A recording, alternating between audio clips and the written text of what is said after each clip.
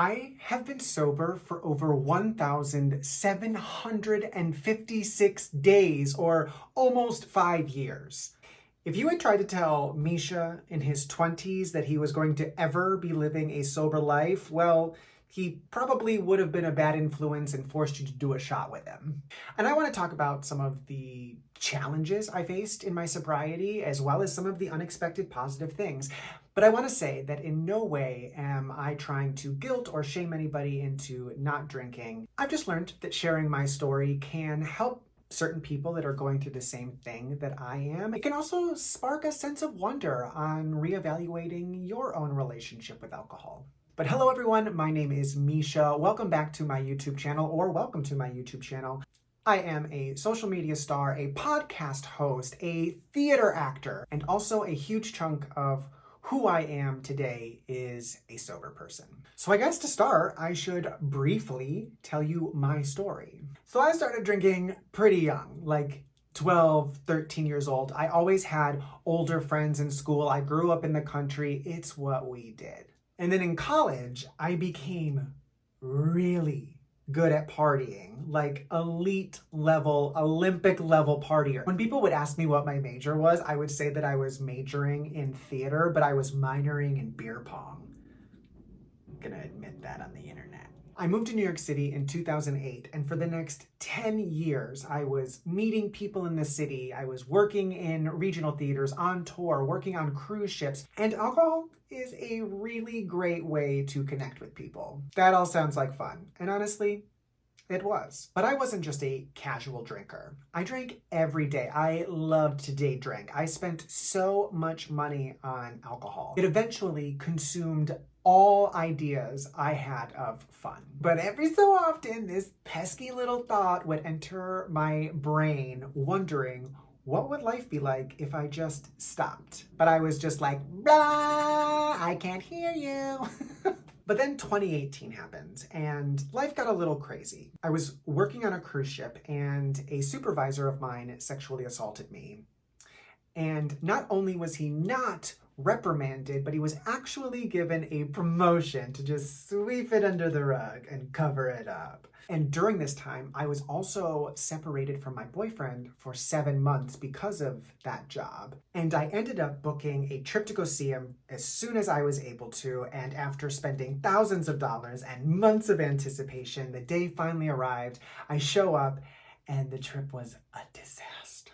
He was clearly cheating on me. He had kept me a secret from all of his friends and coworkers, and I knew that I deserved better. So by the end of that trip, our relationship was over. So towards the end of the year, while I'm processing this shitty year that I'm currently living in, I ended up going on tour, and tour life is notoriously party heavy. I was partying like a rock star, and I was going for it harder than I ever had. And on Christmas Eve, I found myself alone in a hotel room in New Jersey, surrounded by empty beer cans, and I just felt so sick. And in a drunken haze, that pesky little thought came into my head of, what could your life look like if this wasn't here? So on Christmas Day, 2018, I woke up and I wrote a little Facebook post declaring to all my friends and family that I was giving up alcohol.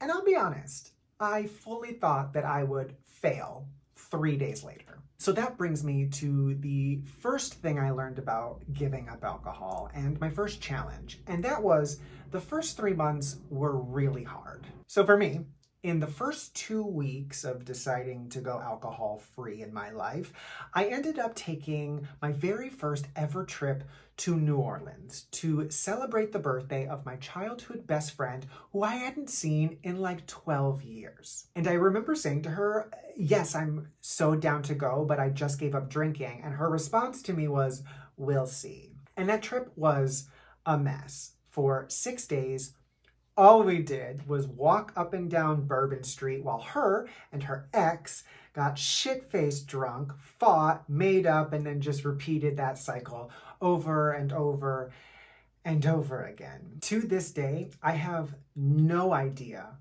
how I got through that trip so early on in my sobriety without having a single drink. I think watching how dysfunctional those two people were, it really turned me off. And unfortunately, that did ruin and end that friendship. And to this day, we have not spoken. And it wasn't just that moment that was a hurdle. I found that for weeks and weeks and weeks, I was constantly thinking about my choice not to drink alcohol. Like every day, it had to be a conscious choice not to drink. And it was emotionally exhausting. On top of that, I was so uncomfortable in social settings. I felt like I didn't know what to do with my hands. And I was so used to being the clown and the party man that I felt like my identity had been stripped away from me. But somewhere around 2.5 months, I was having a particularly rough day at work. And I was sat there daydreaming about going to the grocery store after work and picking out ingredients to make myself an indulgent meal because I deserve it. And I realized in that moment that this was the first time in my life that cracking open a bottle of wine or chugging a 12-pack of beer wasn't the reward that I was thinking of for getting through typical daily life things, but I thought it was something different. And let me tell you, I almost wept. It was a big deal for me. And then right after that was a milestone day on day 89. And something happened that I think solidified my sober journey. And that was I had trained for and finished a half marathon. I had been running, I had been working on my fitness, I crossed that line and I did weep. I think mainly from endorphins and adrenaline, but also the fact that I had finally followed through on something that difficult for the first time in my life. I had always wanted to do a half marathon and try to see if I could do something like that, but alcohol and that lifestyle always distracted me from doing it. So this leads me to the first huge change that giving up alcohol gave me. And that was self-confidence. 3 months in is really where I started to feel my confidence grow. I was showing up for myself all of the time. I was following through with things that were important to me. I was building a community of other sober people, which I think is really pivotal because I was meeting and speaking and watching people in all different stages of their own sober journeys, people who were behind me, people that were way ahead of me. And what it showed me was that I was not alone, but also gave me the confidence that, hey, I can really do this. The more and more that I forced myself to show up to these social events, the less uncomfortable and awkward I felt. I started to realize that I can still be the clown. I can still be the life of the party. I don't have to drink to do those things. I was that person all along. I also began to realize that it is okay to leave early. I think one of my fears in life is being forgotten. And I think something that drinking and drinking the way that I did gave me was a sense of if I am that much fun that people won't forget about me and they'll invite me. And so I was huge on FOMO. And something I realized was I was comfortable showing up to bars and house parties to see my friends. But after they had a certain number of drinks, it was totally fine for me to excuse myself, head home, and also not feel like I missed out on much. And because I was giving myself more time with myself and a lot of reflection, this is really where I started to realize that success was just a bunch of tiny wins built up over time. And that's where I started my own concept of showing up for myself every single day, no matter how small. Because self-confidence is really just trust in yourself. And showing up for myself and being there, I started to trust myself, which gave me that confidence. So this brings me to my next thing, and that is the improvement in health. Now, I touched on it briefly, that I was working out and running and did the half marathon. And let me tell you, those first couple months, I was dropping weight very quickly, bitch. She was Speedo ready on the beach. It was the first time I had ever seen abs. I mean, it makes sense. The sheer number of calories that I was not consuming just by giving up alcohol was a lot. And I had always been someone that enjoyed being active, but I was really focused now because I wasn't distracted. I wasn't feeling like shit the day after drinking too much. I wasn't not choosing to do activities because I wanted to drink instead. So it just gave me a lot more time to focus and see how far I could push myself. But more than just like my body's physical appearance, it felt strong, but I also, my eyes started to sparkle. I had so much more energy. I didn't have chronic bad breath. It was incredible how not just the physical weight, but like the emotional weight seemed to evaporate from my body. And this is really where I started to see a big spike in my mental clarity. I think that mental clarity went hand in hand with my physical health. And I attribute that, hands down, to the fact that I was getting such good sleep. It's actually crazy because when I was drinking heavily, I would always say that I had to have a few drinks to be able to get to sleep. I remember nights where I wouldn't have anything to drink and I had a lot of trouble getting to sleep. So it was very convenient for me to use that excuse that I have to have these drinks so I can get to bed. And the thought of completely giving this up, preposterous. But I'm telling you, I get to sleep so much faster. I actually sleep through the night. And this is something that has not changed in the almost 5 years that I have been sober. I am really good at sleeping. But also something that just led to an overall improvement in my mental health was I was now able to regulate my emotions. Drinking or addiction really feeds that impulsive nature. And when I finally took that away from that impulsive beast, I was able to just kind of like level out, bro. With drinking, I felt really high highs, but then really low lows. And it's really freeing when you don't get those spikes and dips in your emotions, and you can kind of just be like, chill.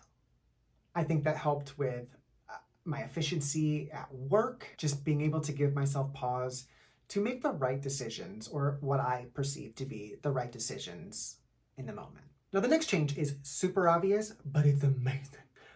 No hangovers. I didn't realize how accustomed I had gotten to living with a hangover. The mere thought of that feeling now makes me sick to my stomach. And when I tell you, I'm smug as fuck with the fact that I never wake up with the fear of, what did I say last night? How did I act? Did I text my ex? I don't have the guilt of what I put my body through, or the total annoyance with myself of like, how am I gonna get through this day ahead of me? I feel like shit. Having my mind and my body almost always be readily available to do what it's supposed to do is fucking priceless. And any thoughts that I may have of like, oh, I wish I could toast that glass of champagne are fleeting. Now, another obstacle that I had in the early days, and still to this day, some days of being sober, is boredom. Everything I had known was grabbing drinks at the bar, or picking a brunch spot based on the 2-hour unlimited mimosa deal, or going to a friend's house with like 3 bottles of wine shoved in my backpack. So then I was like, now what? But because of what my job is, I still end up going to bars and parties, but I find them incredibly dull. And it's work. And you definitely start to feel like an outsider looking in. So it has a lot of weird feelings. But that leads me to an impact on my social life. I started to see some people less and less. And at first, this really bothered me. I'm a very social person and I love connecting with people. So the idea that I was losing friendships because of something that I decided to do really caused turmoil in my brain. But I started to realize that if I did not like certain activities or certain environments or certain people without the aid of alcohol, then I just did not like those things in the first place.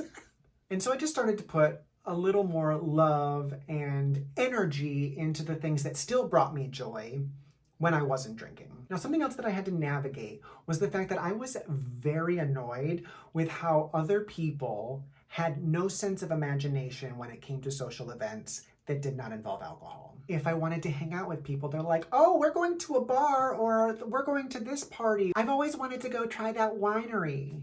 But eventually, I took a huge step back, realized that the world, in fact, does not revolve around me, and it was my responsibility to change how I approached my social life. Because the fact of the matter is, most people drink, and most people don't have a problem with it. So if I wanted to change my relationship with alcohol, it was also my responsibility to take charge in how I handle social situations and come up with my own imagination. So then I would offer up suggestions. Let's go to a museum. Let's go on a hike. Let's go bowling. Basically, instead of waiting for everybody else to cater to what I want to do, I offer up the suggestions of something that we can do together. And through that, you find lots of activities that you can do with your friends that you don't have to drink, but they can also if they feel like it. But I've definitely gotten to the place where I don't experience FOMO anymore, or I don't force myself to go to things that don't spark joy in me. I much prefer quality friendships and experiences over quantity. And from the outside, that might look like my life is more boring, but bitch, I'm telling you, I much prefer it this way. Now, the most monumental thing, in my opinion, that one has to face when deciding to get sober is all of the self-reflection that you are forced to do. The discovery that I had to finally face my thoughts, my feelings, my past actions. Alcohol or chasing the party is a really good way to numb out all of those bad feelings and gives us a great excuse to ignore all of those things that we don't want to deal with. Once you're less foggy and you find yourself alone more often, it really forces you to face yourself and start to feel all of those feelings that you've pushed down for a long time. And it's overwhelming and it's hard work,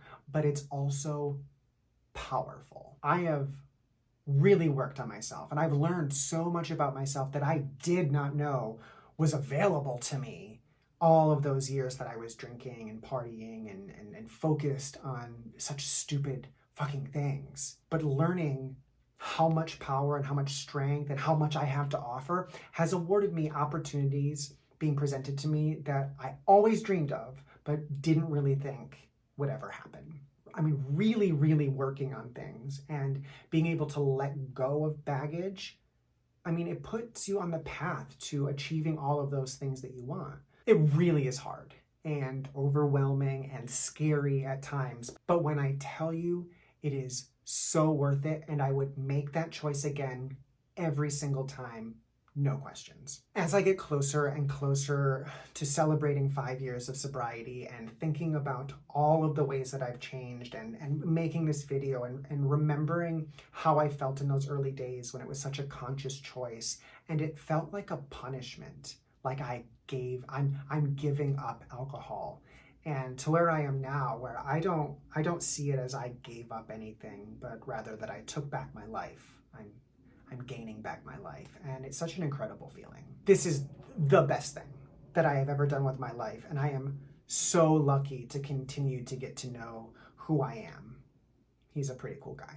I would love it if you throw down in the comments any literature or podcasts or books that you have come across in your own sober journeys that may help somebody else. I find that the sober community is an incredible group of people and so loving and nurturing and uplifting. I've never seen anything quite like it on the internet. So I would love for you to share those things. And of course, my name is Misha. For those of you who didn't know who I was before this video, you can find me on all social media at Don't Cross a Gay Man. And of course, don't forget to hit that subscribe button. I love you, besties. Cheers.